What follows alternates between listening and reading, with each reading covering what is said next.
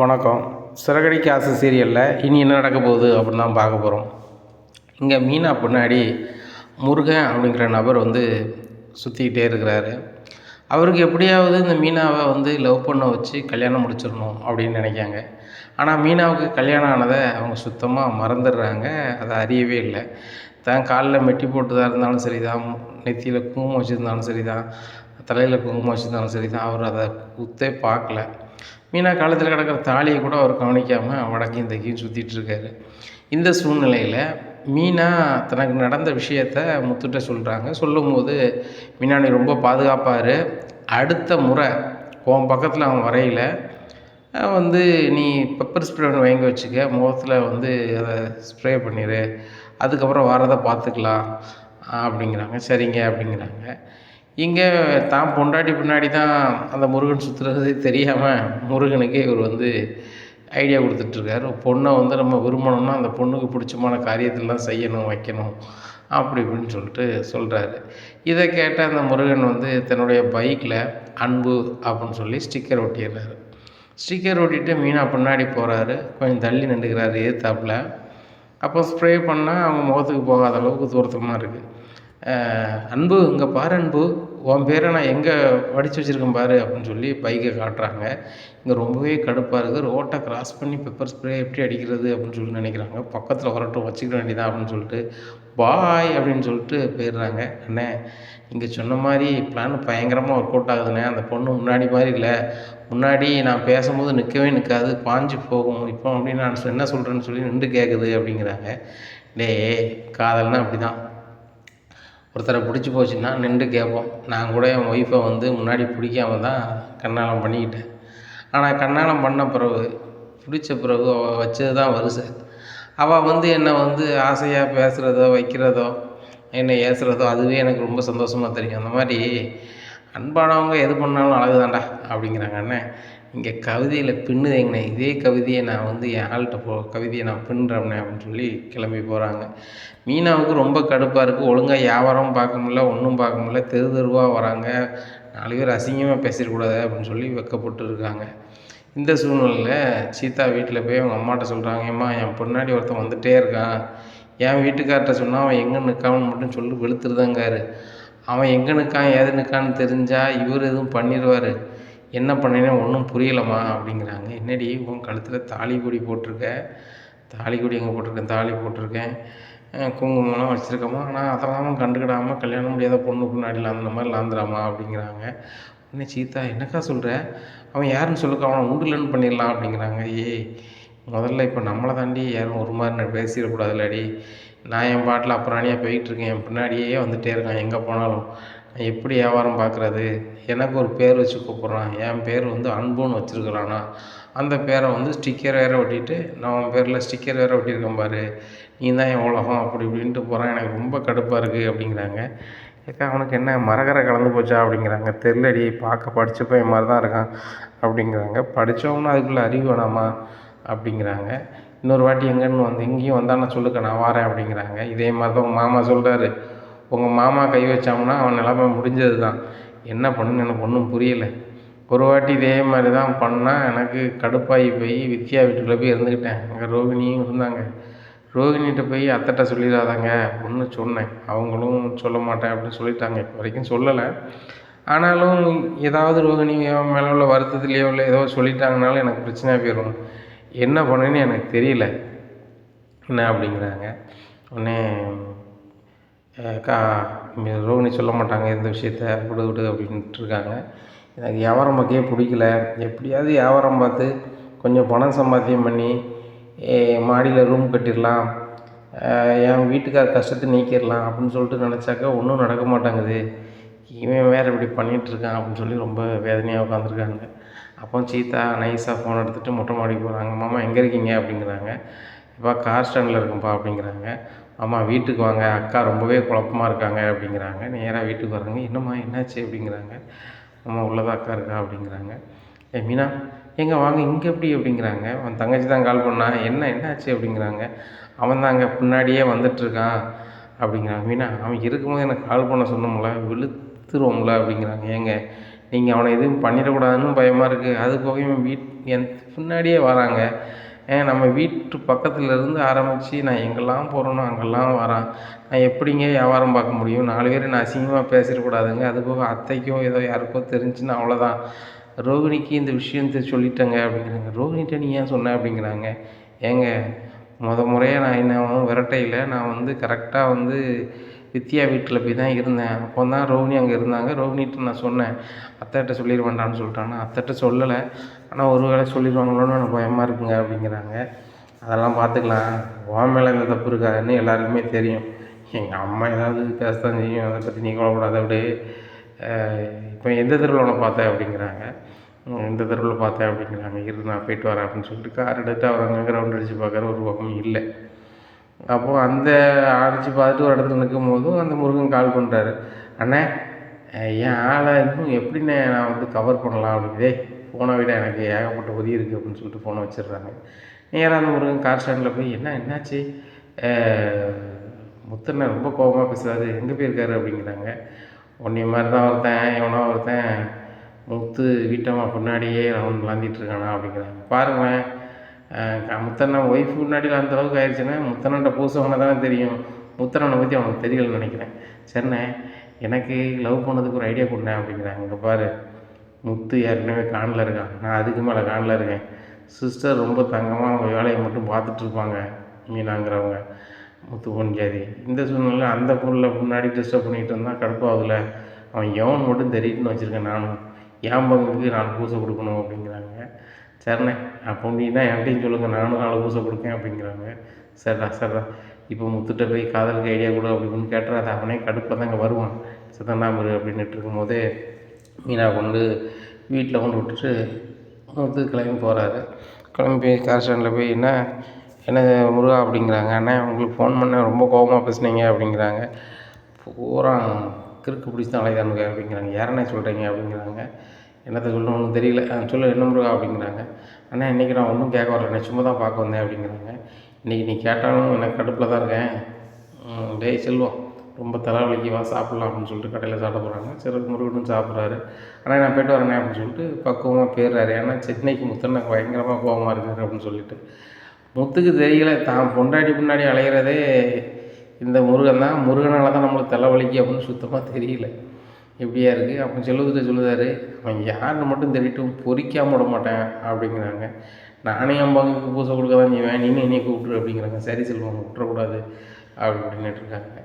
இங்கே முருகன் ஒரே கற்பனை கோட்டையில் பயங்கரமாக இருக்கிறாப்புல. இப்படியா இருக்குது இந்த சூழ்நிலையில் அவர் முருகன் நினைக்கிறாரு, நம்ம இப்படியே விட்டுக்கிட்டே இருந்தால் அந்த பொண்ணுக்கு வேறு யார் கூடயாவது கல்யாணம் ஆகிடுச்சுன்னா என்ன பண்ண முடியும், அவங்களுக்கு பொண்ணு கிடைக்காம போயிருமே. இப்போ வேறு முத்தனை வேறு அடிக்கடி கோவப்படுறாங்க, அடுத்தாப்புல அண்ணன் போய் ஐடியா கேட்க முடியுமா கேட்க முடியாதா அப்படின்னு சொல்லிட்டு நினைக்காங்க. அப்போ முத்தனனுக்கு கால் பண்ணி பார்ப்போமே அப்படின்னு சொல்லிட்டு, முத்தனை நீங்கள் எப்போவுமே கோபமாக தான் இருப்பீங்களா, சரியாயிருவீங்களா அப்படிங்கிறாங்க. டேய் நானே ஏற்கனவே ரொம்ப கடுப்பில் இருக்கேன், எனக்கு கால் பண்ணாத, உனக்கு ஐடியா கொடுக்குற அளவுக்கு நான் இல்லை.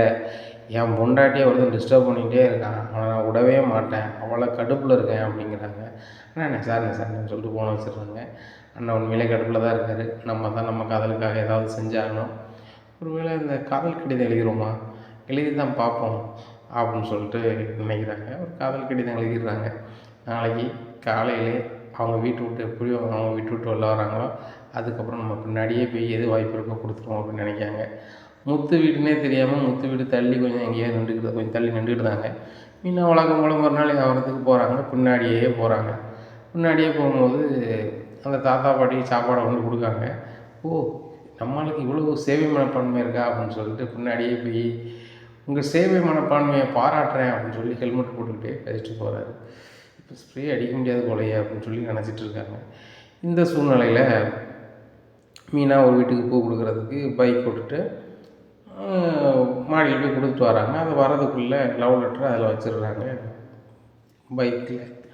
பைக்கில் வச்சுட்டு ஏத்தாப்பு நின்றுக்கிட்டு, டியர் அதில் உனக்கு லவ் லெட்டர் வச்சுருக்கேன் எடுத்துக்கோ, நான் உன்னை எந்த அளவுக்கு லவ் பண்ணுறேனோ அது தெரியும் அப்படிங்கிறாங்க.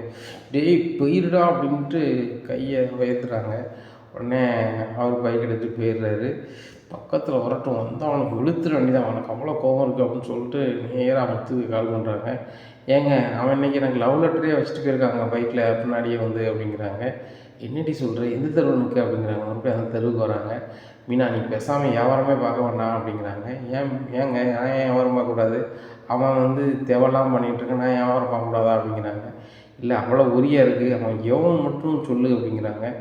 நீங்கள் வரதுக்குலாம் போயிட்டான், இப்படி பண்ணுறாங்க, பக்கத்தில் வந்தால் நீ வந்து ஸ்ப்ரே அடிச்சிட வேண்டியதானே, ஸ்ப்ரே பண்ணிட வேண்டியதானே அப்படிங்கிறாங்க. ஏங்க பக்கத்தில் வந்தால் தானே பண்ண முடியும், நான் மாடியில் போய் பூ கொடுத்துட்டு வரேன், அதுக்குள்ளே வச்சுட்டு போயிட்டான் அப்படிங்கிறாங்க. உடனே தாத்தா பாட்டிகிட்ட போய் நிற்காங்க 2 பேரும். ஆமாம் தம்பி, மீனா பின்னாடியே ஒரு பையன் விளாண்டுக்கிட்டே அலையுது, நானும் 2 நாளாக பார்த்தேன், மீனா பிள்ளை மனசு ரொம்ப கஷ்டப்பட்ட மாதிரி இருக்குது, அந்த பையன் யாருன்னு கூப்பிட்டு சத்தம் பண்ணுங்க தம்பி அப்படிங்கிறாங்க. சத்தம் மட்டும் இல்லை தாத்தா, அதான் எலும்பே நொடிச்சாலும் நொடிச்சிருவேன் அப்படி இப்படின்னுட்டுருக்காங்க. இந்த சூழ்நிலையில் அவர் முருகன் நினைக்கார் வீட்டில் உட்காந்துட்டு, இனிமேல் முத்தனங்கிட்ட ஐடியா கேட்கக்கூடாது, நம்ம ஐடியா வச்சு தான் நம்ம பண்ணணும், நம்மளே ஜாம்பவான் ஆயிடணும்.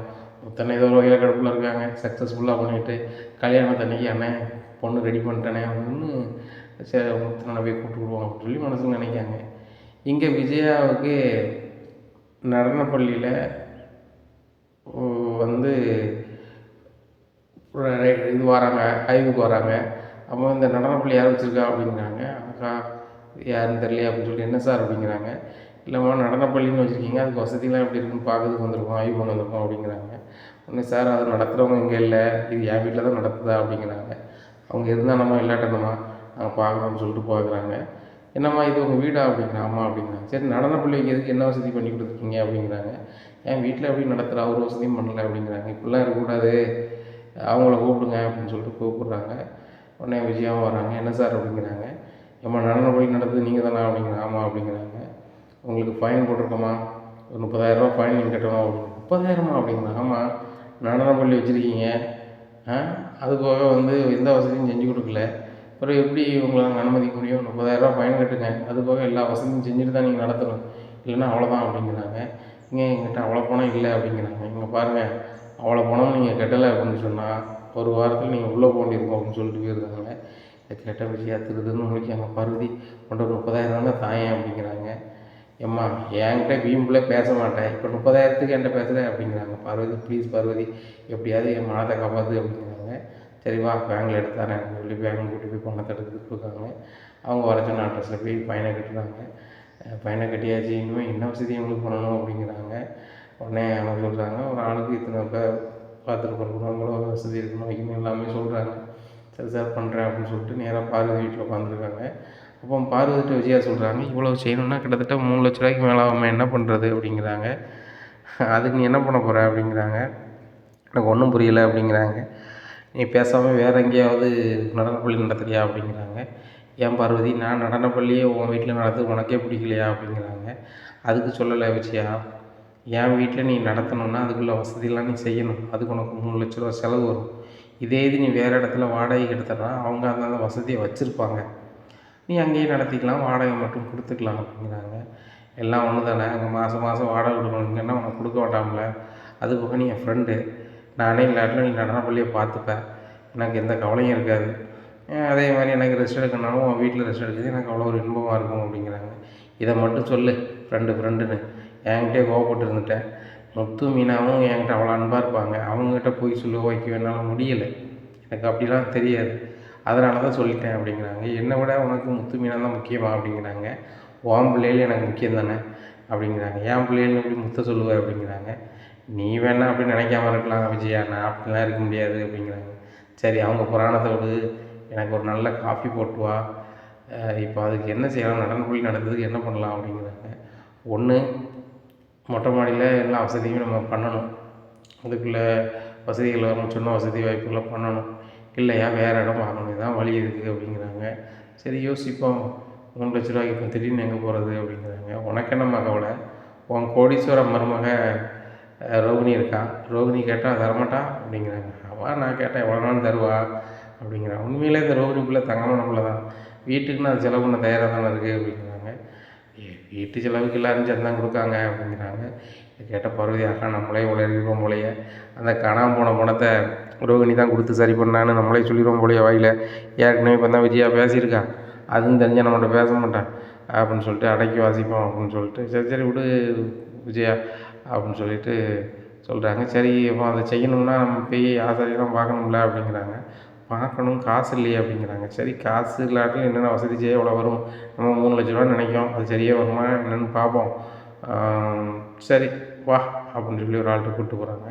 கூப்பிட்டு போயிட்டு, ஐயா இங்கே பாருங்கள், விஜயா நடனப்பள்ளி வச்சுருக்கான், என் வீட்டில் தான் வச்சுருக்கேன், அதில் ஒரு சில வசதிகள் செய்ய வேண்டியிருக்கு, அதுக்கு ஒரு 3,00,000 அவளுக்கு கடன் வேணும் அப்படிங்கிறாங்க. உடனே 3,00,000 நடனப்பள்ளி வச்சுருக்காங்க, எவ்வளோ நாள் வச்சுருக்காங்க அப்படிங்கிறாங்க. உடனே பார்வதி நினைக்காங்க, நம்ம உண்மையை சொன்னால் கிடைக்காது அப்படின்னு சொல்லி இவர் 5 வருஷத்துக்கு மேலே வச்சுருக்கா அப்படிங்கிறாங்க. அப்படியா, சரிம்மா கையெழுத்து போடுங்க 2 பேரும் அப்படின்னு சொல்லி கையெழுத்து போட்டு 3,00,000 கொடுத்தாங்க.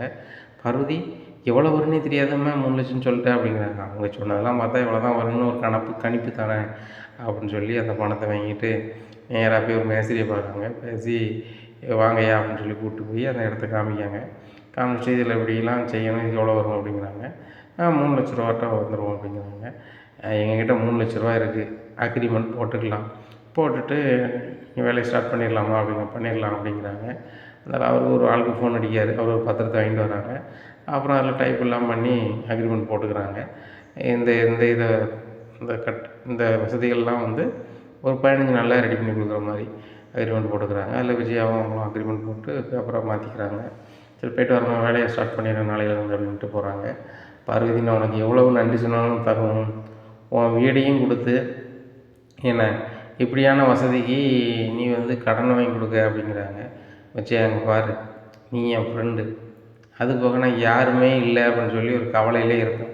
இப்போ நடனப்பள்ளி வைக்க போய் எனக்கு பேரம்பேத்தி மாதிரி உன் ஸ்டூடெண்ட்லாம் வராங்க, அது போக நீ இங்கே வர்றதா இருந்தால் உன் மருமக ரோகிணி வரா, மீனா பூ கொண்டு வரா, சாப்பாடு கொண்டு வரா, என்ன மனோஜ் வரான், அண்ணன் வராங்க, இப்படி எல்லோரும் வரும்போது எனக்கு ரொம்ப ஆனந்தமாக இருக்குது. நீனே இந்த 3,00,000 கடனை அடைக்காட்டிலும் நான் அடைச்சிருவேன், ஏன்னா என் வீட்டில் தான் இந்த வசதியெல்லாம் பண்ணி வைக்க, உனக்கு நான் வாடகை தராமல் சும்மா இருந்தாலும் அதெல்லாம் உண்மை அப்படிங்கிறாங்க. அதெல்லாம் தர வேண்டாம் பார்வதி, நான் அடைச்சிட்றேன் எனக்கு வர வருமானத்தில், அதுபோக நீ எனக்கு சம்பளம் இது வாடகையே வாங்காமல் வீட்டை தந்துருக்க, இது யார் செய்வா அப்படிங்கிறாங்க.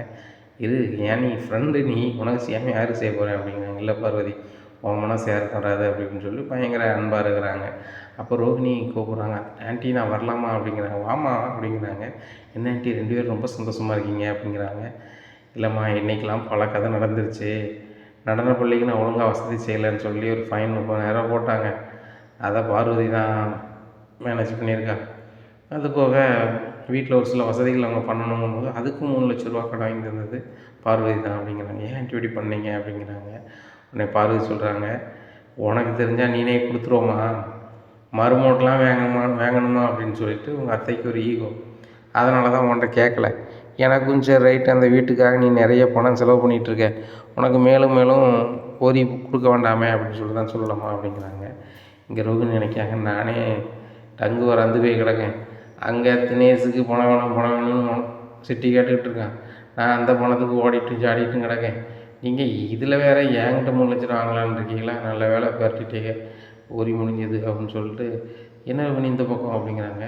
ஆண்டி பார்வதி ஆண்டி வீட்டு பக்கத்தில் ஒரு என் கஸ்டமர் இருக்காங்க, அவங்கள பார்க்க வந்தேன், வேலையை முடிச்சுட்டு அப்படி சரி போய் நீங்கள் இங்கே தானே இருப்பீங்க, உங்களையும் பார்த்துட்டு போகலாம், நேரம் ஆயிடுச்சுல வீட்டுக்கு கூட்டி போகலான்னு வந்தேன் அப்படிங்கிறாங்க. சரி பார்வதி நான் கிளம்புறோம் அப்படிங்கிறாங்க. சரி பார்வதி விஜயா போய்ட்டு வாங்க அப்படின்ட்டு சொல்கிறாங்க. வீட்டுக்கு போகிறாங்க. அங்கே மீனா வரல. அப்போ மீனா நைட்டு சமையலுக்கு ஒன்றும் ரெடி பண்ணலை. அப்போ விஜயா ரொம்ப கோபமாக இருக்காங்க. அப்போ மீனா லேட்டாக வந்தோன்னே, என்ன நினச்சிட்ருக்க நீ, ரொம்ப ஆட்டில் ஊரில் சுற்றிட்டு லேட்டாக தான் வருவியோ அப்படிங்கிறாங்க. என்னத்தை எப்படி பேசுகிறீங்க அப்படிங்கிறாங்க. பிறகு நைட் ஆக போகுது, இன்னும் நீ சமைக்காமல் இருக்க அப்படிங்கிறாங்க. அத்தை நானும் சும்மா இல்லை, பூ வியாபாரம் பார்த்து தான் வரேன் அப்படிங்கிறாங்க. பூ வியாபாரம் தான் பார்த்தியா, ஊராக சுற்றுதியான்னு நாங்கள் வந்து பார்த்தா தான் தெரியும், உன்னையும் நம்பி உன் புருஷன் ஒரு பைக் வாங்கி வந்திருக்கான் பாரு, அதை எடுத்துக்கிட்டு வடக்கும் தெற்கையும் சுற்றிக்கிட்டு இருக்கா, நீலாம் நடந்து போய் பூ வியாபாரம் பண்ணதான் லாய்க்கு, உன் புருஷன் நீ தலையில் தூக்கி வச்சு ஆடுதாங்களா, அப்புறம் நீ இப்படி தானே பண்ணுவேன் அப்படி இப்படின்னுட்டு இருக்கும்போது முத்து வந்துடுறாங்க. என்ன என்னாச்சு அப்படிங்கிறாங்க. இல்லைங்க நான் பூ வியாபாரம் போயிட்டு வரேன், அத்தை நான் எங்களாமல் சுற்றிட்டு வரேன்னு சொல்கிறாங்க அப்படிங்கிறாங்க. ஏமா எங்களாமல் சுற்றுற பழக்கம் மீனாக கிடையாது அப்படிங்கிறாங்க. நீ தாண்டா அப்படி நினச்சிட்ருக்க, அவளுக்கு பைக் வாங்கி கொடுத்து நீனே கெடுத்துட்ட அவளை, அவச்சதாண்டாமல் இந்த தெருவில் மட்டும் பூ கொடுத்துட்டு இருந்தா, நீ நடமாடும் பூக்கடைன்னு சொல்லி வச்சு கொடுத்த, ஊர் பூரா நடந்துதான், அங்கே பூ தான் வைக்காளா வேறு கதை பண்ணுதான்னு உனக்கு எப்படி தெரியும் அப்படிங்கிறாங்க. ஏம்மா பாய்க்கு வந்தாலாம் பேசாதுங்க அப்படிங்கிறாங்க. உடனே ரோகிணி சொல்கிறாங்க, ஆண்டி போய் ரெஸ்ட் எடுங்க அப்படின்ட்டாங்க. மீனா நீனும் போய் ரெஸ்ட் எடு அப்படி, அவன் ரெஸ்ட் எடுத்து தான் நாங்கள் அப்புறம் சாப்பிட்றது அப்படிங்கிறாங்க. வரே வா, அவன் ரெஸ்ட் எடுத்தால் உங்களால் சாப்பிட முடியாதா, மீனாவும் வேலைக்கு போட்டு தான் வந்திருக்கா, உங்களுக்கு வேலைக்கு போயிட்டு வந்தோன்னா அசதியாக இருக்குது, அதேமாதிரி மீனாவுக்கு அசதியாக இருக்காதா? மீனாங்க பாரு, நீ சொல்லுறதும் கேட்டுக்கா, நைட்டு சாப்பாடுக்கு அப்பாவுக்கும் உனக்கு எனக்கு கடையில் நான் ஆர்டர் பண்ணிடுறேன், ஆனால் நீ சமைக்கக்கூடாது அப்படிங்கிறாங்க. என்னங்க நீங்கள் அப்படிங்கிறாங்க. ஆமாம் மீனா, நீ சமைக்கக்கூடாது, அவங்க வேலைக்கு போயிட்டு வந்து ரெஸ்ட் எடுக்கணுமா, நீ வேலைக்கு போயிட்டு வந்து சமையல் பண்ணணுமா, இது எந்த விதத்தில் நியாயம் அப்படிங்கும்போது அண்ணாமலை வந்துடுறாங்க. முத்து, நீ சொல்கிறது ரொம்ப கரெக்டு. ஒரு ஆள் வேலைக்கு போயிட்டு வந்தால் அசதியாக இருக்கும், எல்லாத்துக்கும் அது சமம் தான். ஒன்று வேலைக்கு ஆட்கள் வைக்கணும், இல்லை வேலையை பகிர்ந்து செய்யணும். இது ரெண்டும் செய்யாமல் மீனா மட்டும் வேலை செய்கிறது அது ஏற்புடையது இல்லை. மீனா, மாமாவுக்கு நீ மரியாதை கொடுப்ப இல்லைங்களே, மாமா சொல்லுக்கு இந்த நேரத்தில் மரியாதை கொடு, சமையலுக்கு ஒரு தீர்வு வரட்டும், நீ இன்னைக்கு சமைக்க வேண்டாம் முத்து, நம்ம 3 பேருக்குமே கடையில் ஆர்டர் பண்ணிடு அப்படிங்கிறாங்க. இதை கேட்ட விஷயம், ஏங்க சமையலுக்கு ஆள் வைக்கலாம் மேட்ரு கிடையாது, நைட்டு அவளை சமைக்க சொல்லுங்கள் அப்படிங்கிறாங்க. ஏன், நீனும் வேலைக்கு போயிட்டு வந்திருக்க, அவளும் வேலைக்கு போயிட்டு வந்திருக்கா, எல்லாருக்கும் கலைப்பு இருக்க தான் செய்யும், இப்போ எல்லோரும் சேர்ந்து சமைக்க வேண்டியதானே அப்படிங்கிறாங்க. ஏங்க இவ்வளோ நாள் அவள் தானே சமைச்சிட்ருக்கா அப்படிங்கிறாங்க. சரி ரைட்டு, நீ சொன்ன வழிக்கே வரும், இவ்வளோ நாள் மீனாக தான் சமைச்சிருக்கேன், ஏன் இன்றைக்கி ஒரு நாள் நீ சமைக்க முடியாதா அப்படிங்கிறாங்க. நான் எப்படிங்க சமைக்கிறது அப்படிங்கிறாங்க. ஏன் கல்யாணம் முடிக்க முன்னாடி உன் வீட்டில் நீ சமைச்சு தானே சாப்பிட்ட, உங்கள் அப்பா அம்மாவுக்கு நீ சமைச்சு தானே கொடுத்த அப்படிங்க. ஏங்க அப்பங்க அப்படிங்க, எப்போனாலும் சமைக்கலாம், மனசு தான் வேணும். ரோஹிணி நீங்கள் சேர்ந்து சமைங்க அப்படிங்கிறாங்க. சரி அங்கிள் அப்படிங்கிறாங்க. அப்போ ஸ்ருதி வந்துடுறாங்க. மீனா சாப்பாடு ரெடி பண்ணிட்டீங்களா அப்படிங்கிறாங்க. உடனே முத்து சிரிக்கிறாரு. எல்லாருக்கும் என் முன்னாடி தான் சமையல் ரெடி பண்ணணுமா, ஏன் உங்கள் புருஷன் வந்து சமைச்சு தர மாட்டானா அப்படிங்கிறாங்க. 2 பேருமே முறையை முன்னி தூக்கிட்டு இருக்காங்க. ஏன்னா இவங்களுக்குள்ளே 2 பேருக்குமே கருத்து வேற்றுமை இருக்குது. ஸ்ருதி வந்து சண்டை போட்டு அவங்க வீட்டுக்கு போனது, அப்புறம் அவங்களே மனசு கேட்க அவங்க வந்தது, அவங்க தான் வீட்டை சரியாக பேசலை, அந்த மீத்து போல் அப்படி பிரச்சனையில் போயிட்டுருக்கு. அப்போ விஜயா நினைக்கிறாங்க, இந்த ஸ்ருதிலாம் வந்து நம்மளை ஒரு மாதிரி தான் நினைப்போம், நம்ம சமைக்கக்கூடாது அப்படின்னு நினச்சிட்டு இருக்கும்போது டபார்னு மனோஜ் வந்துடுறாரு. என்னம்மா என்னாச்சு அப்படிங்கிறாங்க. டேய் இன்னும் சமைக்க சொல்கிறாங்கடா அவங்க அப்பா, நல்லா சமைக்க மாட்டேன் அப்படிங்கிறாங்க. ஏன்மா சமைக்கணும், ஏன் அந்த மீனை சமைக்க மாட்டாங்க, டே முத்து முன்னாடி சமைக்க மாட்டலாம் அப்படிங்கிறாங்க. ஏன் நீங்களாம் நல்லா திங்கிறதுக்கு ரெஸ்ட் எடுக்கிறதுக்கு என் முன்னாடி சமைக்கணுமா, உங்களை மாதிரி தான்டா, என்ன மாதிரி தான்டா, என் முன்னாடி வேலைக்கு போயிட்டு அவளுக்கும் ரெஸ்ட்டு தேவைப்படும், மீனா நீ ரெஸ்ட் எடு அப்படிங்கிறாங்க. ஆமாம் அவங்களுக்கு தனியாக ரூம் இருக்குல்ல அப்படிங்கிறாரு மனோஜ். டேய் உனக்கு ரூம் வந்தது அப்பா உழைப்பில் கட்டின ரூம்பு சரியா, நான் மாடியில் நான் என் உழைப்பில் கட்ட போகிறோம், நாங்கள் 2 பேர் உழைப்பில் அப்படிங்கிறாங்க. இன்னும் வித்தியா சிரிக்கிறாங்க. டேய் மனோஜ், கனவுல வேணா அவங்க மாடியில் ரூம் கட்டலாண்டா, இவங்கெல்லாம் உழைச்சி மாடியில் ரூமை கட்டி கிழிக்க அப்படிங்கிறாங்க. உடனேம்மா இப்படியே பேசிகிட்டு இருங்க, வேணாலும் பாருங்கள் மாடியில் ரூம் கட்ட தான் போகிறோம், அந்த ரூமுக்கு எங்கள் அப்பா பேரை வைக்க தான் போகிறோம் அப்படிங்கிறாங்க. அண்ணாமலை சொல்கிறாரு, முத்து நான் நாளைக்கு நாள் லோன் போட்டு தரேன், நீ மாடியில் ரூமை கட்டு அப்படிங்கிற. இல்லைப்பா எங்கள் உழைப்பில் தான்ப்பா கட்டுவோம், அதனால் பார்த்துக்குறோம்ப்பா, ஒன்றும் பிரச்சனை இல்லை, இவங்க சொல்ல தான்ப்பா எங்களுக்கு ரொம்ப வீம்பு வருது அப்படிங்கிற. ஆமாங்க வீம்பு பல வருஷமும் வருது, அதான் 50வும் 100வும் சேர்த்துக்கிட்டு இருக்காங்க அப்படிங்கிறாங்க. மீனா பார்த்தல நம்மளை எவ்வளோ மட்டமாக பேசுகிறாங்க, மட்டமாக பேசுகிறவங்களாம் சமைச்சு கொடுக்கணும் அவசியமே கிடையாது, எல்லாருக்கும் சுயமரியாதை அவசியம், நீ சொல்லுவல அந்த சுயமரியாதை இதெல்லாம் காட்டு அப்படிங்கிறாங்க. ஏங்க வயிற்று பசியில் காட்டக்கூடாதுல்லங்க அப்படிங்கிறாங்க. மீனா நீ திருந்தவே மாட்டேன் அப்படின்னு சொல்லிட்டு முத்து போயிடுறாங்க. மீனா சமைக்க ஆரம்பிச்சிடுறாங்க. இன்னும் விஜயா நினைக்கிறாங்க, எவ்வளோ பேசினாலும் மீனா சமைக்கவே விட மாட்டான், வேலைக்காரி தானே அப்படின்னு சொல்லி நினச்சிக்கிட்டு சிரிச்சுட்டே போகிறாங்க. அப்புறம் என்ன ஆண்டி சிரிக்கிறீங்க அப்படிங்கிறாங்க. இல்லை மீனா ஒரே ஒரு விஷயம் மட்டும் அவன் நல்லா புரிஞ்சு வச்சுருக்கா, நம்ம இந்த வீட்டுக்கு வேலைக்காரி தான், வந்த மருமக கிடையாதுன்னு மட்டும் அவளுக்கு நல்லாவே தெரியுதுன்னா 2 பேருமே சிரிச்சிட்ருக்காங்க. அப்போ இதை முத்துக்கு கேட்டுருது. முத்துக்கு கேட்டோடனே என் முன்னாடி வேலைக்காரியா அப்படிங்கிறாங்க. உடனே மீனாட்ட போய் என்ன மீனா உன்னை இப்படிலாம் பேசிகிட்டு இருக்காங்க, நீ வேலை செஞ்சிட்ருக்க அப்படிங்கிறாங்க. ஏங்க அவங்க என்னவும் பேசிட்டு போகிறாங்க, எனக்கு குடும்பத்தை காப்பாற்றுறதுக்கு வீட்டு வேலை செஞ்சு கூட என் குடும்பத்தை காப்பாற்ற முடியும், அந்த நிலைமையில் உள்ளவ தானே, அவங்க பெரிய பணக்காரங்க, என்னத்தையும் பேசிட்டு போகிறாங்க அப்படிங்கிறாங்க. இங்கே முத்துக்கு ரொம்ப வக்கையாக இருக்குது. இந்த மீனாவுக்காவது நம்ம கண்டிப்பாக பெரிய ஆளாக வரணும், அவளை நல்ல நிலைமையில் வைக்கணும் அப்படின்னு சொல்லிட்டு அப்படி கண்ணீர் சிந்துறாரு. இவங்க 2 பேரும் படுத்த கஷ்டத்தை பார்த்துட்டு அண்ணாமலைக்கு ரொம்ப கஷ்டமாக இருக்குது. இந்த விஜயாவுக்கு எப்படி பேசணும், ஏது பேசணும், எப்படி நடந்துக்கணும் ஒன்றும் சுத்தமாக தெரியல, வீம்புக்கு பண்ணுறான். மீனா எண்ணத்தில் பல கோடீஸ்வரிக்கு சமம், எப்படி நினைக்கல அப்படின்னு சொல்லி அவர் ஒரு வேதனையாக இருக்கார். எப்படியா இருக்குது. மறுநாள் காலையில் விடியுது. விடிஞ்ச பின்னாடி மீனா மறுபடியும் வியாபாரத்துக்கு போகிறாங்க. அப்போ அந்த முருகன் பின்னாடியே வராரு. பின்னாடி மீனா அப்படின்னு சொல்லி கூப்பிடுதாங்க. என் பேர் உனக்கு எப்படி தெரியும் அப்படின்னு சொல்லி திரும்பி பார்க்குறாங்க. எப்படி தெரியும்னு பார்க்குறீங்களா, உங்களை இப்போ நீங்கள் அங்கே பூ கொடுத்தீங்களா, அவங்க உங்களை பேர் சொல்லி கூப்பிட்டாங்க மீனா அப்படின்னு சொல்லிட்டு, நான் அவங்களுக்கு மீனுக்குட்டி அப்படின்னு பேர் வச்சுருக்கேன் அப்படிங்கிறாங்க. இல்லைன்னா அன்பு மீனான்னு கூப்பிடட்டுமா அப்படிங்கிறாங்க. ஒழுங்கு மரியாதை பெயர் அப்படிங்கிறாங்க. போகலன்னு என்ன செய்வீங்க, இப்படி என்கிட்ட கொஞ்சம் பேசுவீங்களா அப்படி இப்படின்னு சொல்லி முருகன் பேசுகிறாரு. இதில் ரொம்பவே கடுப்பாகுது. 4 பேர் ஒரு மாதிரி பார்க்காங்களே அப்படின்னு சொல்லிட்டு டபார்னு பைக்கில் இருந்து எடுத்த ஸ்ப்ரேயை வந்து பெப்பர் ஸ்ப்ரேயை முகத்திலே ஸ்ன்னு அடிக்கிறாங்க. அடித்தோடனே அது என்ன ஆகுதுன்னா, அவர் வந்து அம்மா அப்பா அம்மா அம்மா அப்பா அப்படிங்கிறாங்க. ஒழுங்கு மரியாதையே போயிரு, இனிமேல் பட்டு என் பின்னாடி வந்து அவ்வளோதான் அப்படிங்கிறாங்க. உடனே சாரிங்க சாரிங்க சாரிங்க அப்படிங்கிறாங்க. சாரிங்க பூரிங்க, இனிமேல் பின்னாடி வந்து அவ்வளோதான் அப்படின்னு சொல்லிட்டு பைக் எடுத்துகிட்டு போயிடுறாங்க. இந்த சூழ்நிலையில் அவருக்கு ரொம்ப கண்ணு ஒரு மாதிரி ஆயிடுது. நேராக ஒரு ஆஸ்பத்திரிக்கு போகிறாங்க. போயிட்டு இந்த மாதிரி பண்ணியிருக்காங்க, அதனால் வந்து நீங்கள் 1 வாரம் ரெஸ்ட்டு தான் எடுக்கணும் அப்படி இப்படின்னு சொல்கிறாங்க. அதனால் முருகன் ரெஸ்ட் எடுக்காரு. அப்போ அவர் அண்ணன் போய் சொல்கிறாரு, என் தம்பிக்கு ஒரு மாதிரி ஆயிடுச்சு, அந்த பிள்ளை முன்னாடி போய் ஏதோ நடந்திருக்கு, ஆனால் என்ன நடந்துன்னு சொல்ல மாட்டேறாங்க, ஆனால் கண் வந்து ஏதோ பாதிச்சிருக்கு அப்படி இப்படிங்கிறாங்க. உடனே முத்து எல்லாருமே பார்க்க போகிறாங்க. இப்படியா இருக்குது. மீனாவும் ஸ்ப்ரே அடிச்சாச்சுன்னு சொல்லலை. ஏன்னா அவங்களுக்கு வந்து இந்த டெக்கரேஷன் செஞ்சு கொடுக்குற வேலை சம்மந்தமாக பயங்கர சிந்தனையாக இருக்குது. அப்புறம் அந்த மேரேஜுக்கு சம்மந்தமான வேலைகள்லாம் செய்கிறாங்க. டெக்கரேஷன்லாம் சூப்பராக முடிச்சிடுறாங்க. முடித்தோடனே அந்த மேனேஜர் சொல்கிறாரு, ஏம்மா உன்னை நம்பி கொடுக்கவா கொடுக்க வேண்டாமான்னு பலமுறை யோசிச்சம்மா, ஆனாலும் கொடுத்த பிறகும் எனக்கு ஒரு சிந்தனை இருந்துச்சு, இந்த பொண்ணு சரியாக பண்ணலன்னா நம்மளுக்கெல்லாம் கெட்ட பேர் ஆயிரும். இந்த மண்டபத்தில் நம்மளை நம்பி மேனேஜராக உட்கார வச்சுருக்காங்க, இந்த பொண்ணு சொதப்பிட்டுனா என்ன பண்ண அப்படின்னு நினச்சேன். ஆனால் நீ ரொம்ப சூப்பராக பண்ணிட்டம்மா, ரொம்ப சூப்பர்மா அப்படின்னு சொல்லிட்டு பேசின தொகையை காட்டிலும் ஒரு 5000 எக்ஸ்ட்ரா கொடுக்குறாங்க. என்னென்ன எக்ஸ்ட்ரா தரீங்க அப்படிங்கிறாங்க. நான் தரலம்மா, இந்த விசேஷம் வச்சுருந்தவங்க தந்தது. அவங்கள்ட்ட ஒரு அமௌண்ட்டு பேசினாங்க, நீங்கள் சூப்பராக பண்ணியிருக்கீங்க அப்படிங்கிறனால உங்களை பாராட்டி கொடுத்துருக்காங்கம்மா அப்படிங்கிறாங்க. அண்ணே அதெல்லாம் வேண்டாண்ணே அப்படிங்கிறாங்கம்மா, இது உங்களுக்கு உழைப்புக்காக தரப்பட்ட பணம், இதை நீங்கள் வாங்கி தான் ஆகணும் அப்படின்னு சொல்லி கொடுக்குறாங்க. இங்கே மீனாவுக்கு பயங்கர சந்தோஷம். வாங்கிட்டு முத்துக்கு கால் பண்ணுறாங்க, ஏங்க இன்றைக்கி மண்டபத்தில் வந்து அந்த பணத்தை செட்டில் பண்ணிட்டாங்க, அது போக 5000 எக்ஸ்ட்ரா தந்துருக்காங்க அப்படிங்கிறாங்க. மீனா அதிகப்படியான பணம் நம்மளுக்கு வேணாம் அப்படிங்கிறாங்க. ஏங்க நான் அதை சொல்லிட்டேன், அவங்க அன்பின் நிமித்தமாக தரும்போது நான் என்னங்க பண்ண முடியும் அப்படிங்கிறேன். அப்படியா சொல்கிறேன், சரி வா அப்படின்னு சொல்லிட்டு நேராக போய் மீனாவுக்கு ஒரு செயின் எடுக்கிறாங்க. செயின் எடுத்து மீனா இதை நீ போட்டுக்கோ அப்படிங்கிறேன். எனக்கு வேணாங்க, நீங்கள் போட்டுக்கோங்க அப்படிங்கிறாங்க. மீனா வெறுங்கலத்தோடையே ரொம்ப நாளாக லாந்துறேன், என்னால் தான் வாங்கி தர முடியல, உன்னோட உழைப்புலையாவது நீ போட்டுக்கோ அப்படின்னு சொல்லி செயினை வாங்கி போடுறாங்க. நேராக வீட்டுக்கு போகிறாங்க. வீட்டுக்கு போகும்போது மீனா கழுத்தில் பார்க்குறாங்க, இன்னொரு செயின் கிடக்கு. உடனே ஏங்க மீனா கழுத்தில் என்னங்க புதுசாக செயின் கிடக்கு அப்படிங்கிறாங்க. இங்கே பாரு, உன் கழுத்தில் செயின் ஒரு சில நேரத்தில் இல்லாமல் போகுது, அதுக்கப்புறம் வருது, அதை மாதிரி மீனா கழுத்தில் வருது போகுது, இதெல்லாம் உனக்கு என்ன கேள்வி அப்படிங்கிறாங்க. மாமா இன்றைக்கி ஒரு ஆர்டர் முடிச்சோம்மா, அதில் கொஞ்சம் பணம் வந்துச்சு, நானே வீட்டுக்காரன் போய் நகை கடையில் போய் ஒரு நகை எடுத்தோம் அப்படிங்கிறாங்க. அவனே முத்து வராது ஆமாப்பா அப்படிங்கிறாங்க. பார்த்தீங்களாங்க, மாடியில் ரூம் கட்டணும், பணம் சேர்க்கணும் அப்படி இப்படின்னாங்க, இப்போ தங்கமாக சேர்க்காங்க அப்படிங்கிறாங்க. பாரு விஷயா, அவங்க தங்கமாக சேர்க்காங்க, பணமாக சேர்க்காங்க, அது அவங்க சௌரியம், உனக்கு இப்போ என்ன வந்துட்டு அப்படிங்கிறாங்க. இல்லைங்க, பணம் வர வர வர அவங்களுக்கெல்லாம் பேச்சுக்கள்லாம் வேறு மாதிரி தான் போகுது அப்படிங்கிறாங்க. போகுது அப்படின்னு சொல்லிக்கிட்டு முத்து சரி மீனா நேரம் ஐட்டம் ரெஸ்ட் எடுப்போம் அப்படின்னு சொல்லிட்டு ரெஸ்ட் எடுக்காங்க. இன்றைக்கி சாப்பிட்டு எல்லோரும் தூங்கிடுறாங்க.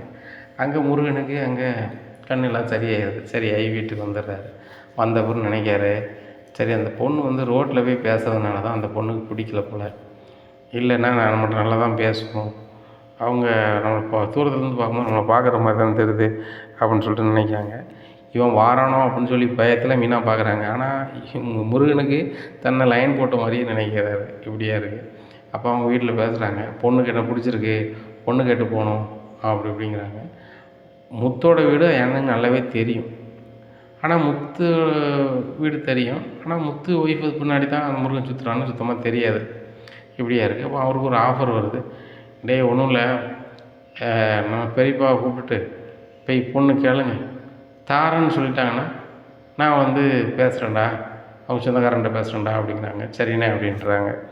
அவங்க வந்துட்டு ஆஃபர் போயிடுறாங்க. அப்போ பெரியப்பாட்ட போய் சொல்கிறாங்க, இந்த மாதிரி நான் ஒரு பொண்ணை விரும்புகிறேன், பொண்ணு கேட்கணும் அப்படிங்கிறாங்க. டேய் சொந்த பந்தத்தில் பொண்ணு இருக்கும்போது அங்கே போகிறேடாங்கிறாங்க. எனக்கு அந்த பொண்ணு தான் பிடிச்சிருக்கு, அந்த பொண்ணு தான் கல்யாணம் முடிப்பேன் அப்படி அப்படிங்கிறாங்க. சரி வா பொண்ணு கேட்போம் அப்படிங்கிறாங்க. சரி பொண்ணு பார்க்க எப்போ போகணும் அப்படிங்கிறாங்க. நாளைக்கு காலையிலே போகணும் அப்படிங்கிறாங்க. நாளைக்கு காலையிலே வா அப்படிங்கிறாங்க. ஆமாம், அப்போ தான் அந்த பொண்ணு வந்து சீக்கிரம் வெளியே வராமல் இருக்கும் அப்படிங்க. என்ன சொல்கிற அப்படிங்கிறாங்க.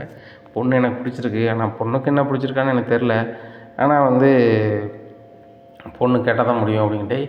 பொண்ணு பிடிக்காம தான் கேட்கையா அப்படிங்கிறேன். எனக்கு பொண்ணை பிடிச்சிருக்கு, பொண்ணுக்கு எனக்கு பிடிக்கும்னு நம்புகிறேன், அதனால் நம்ம கேட்போம். அந்த பொண்ணு 8:30 மணிக்கு வீட்டை விட்டு வெளில வருது, நம்ம காலைல 8 மணிக்கெலாம் போய் பொண்ணு கேட்டுருவோம் அப்படிங்கிறாங்க. அப்படியா அப்படின்னு சொல்லிட்டு மறுநாள் 8 மணிக்கே எல்லாம் பூ பழம் எல்லாத்தையும் வச்சுக்கிட்டு முத்து வீடுனே தெரியாமல் காலிங் பெல் அமுக்குறாங்க. அமுக்குறாங்க. அங்கே முத்து நைட்டு வண்டி ரொம்ப நேரம் ஓட்டினதுனால நல்லா தூங்கிட்டு கிடக்காரு கட்டில் கிடந்து. இந்த சூழ்நிலை காலிங் பெல்லை அமுக்குனோன்னா விஜயா வந்து திறக்குறாங்க. "யார் தம்பி நீ?" அப்படிங்கிறாங்க. "உங்கள் பொண்ணை பொண்ணு கேட்டு வந்திருக்கேன்" அப்படிங்கிறாங்க. "என்னது, என் பொண்ணை பொண்ணு கேட்டு வந்திருக்கியா?" அப்படிங்கிறாங்க. "ஆமாம், மீனா உங்கள் பொண்ணு தானே, அந்த பொண்ணை நான் மனசார விரும்புகிறேன், அந்த பொண்ணை எனக்கு கல்யாணம் பண்ணி வைங்க, நான் நல்லா பார்த்துக்கிறேன்" அப்படிங்கிறாங்க. இதை கேட்ட விஜயாவுக்கு சரியான கடுப்பாகுது. ரோஹிணி வந்து, "என்னது ஆண்டி?" அப்படிங்கிறாங்க. "மீனாவை பொண்ணு கேட்டு வந்திருக்கான்" அப்படிங்கிறாங்க. "என்னது ஆண்டி சொல்கிறீங்க? இந்த பையன்தான் வந்து மீனா பின்னாடி சுற்றுறதா? இவங்க சுற்றுறதுனால தான் அன்றைக்கி வித்யா வீட்டில் வந்து இருந்தாங்களா?" அப்படிங்கிறாங்க. "என்ன சொல்லுத விஜய், ரோஹிணி சொல்லுறதுலாம் உண்மையா? இவன் தான் வந்து மீனா பின்னாடி சுற்றிட்டு இருக்கானா? அப்போ இவன் சுற்றுறது வந்து மீனாவுக்கு நல்லாவே தெரியுமா?" அப்படிங்கிறாங்க. "ஆண்டி, இவங்க பின்னாடி வந்தாங்கன்னு சொல்லி தான் வித்யா வீட்டில் வந்து இருந்தது. ஆன்ட்டிகிட்ட சொல்லிடாதங்க அப்படின்னு கூட என்கிட்ட சொன்னாங்க" அப்படிங்கிறாங்க. "ஓ, இவன் சுற்றுறது எனக்கு தெரியக்கூடாதுன்னு வேறு அவள் சொல்லியிருக்காளா? ஏ மீனா, வெளியே வாடி" அப்படிங்கிறாங்க. "அத்தை" அப்படின்னு சொல்லிட்டு வராங்க.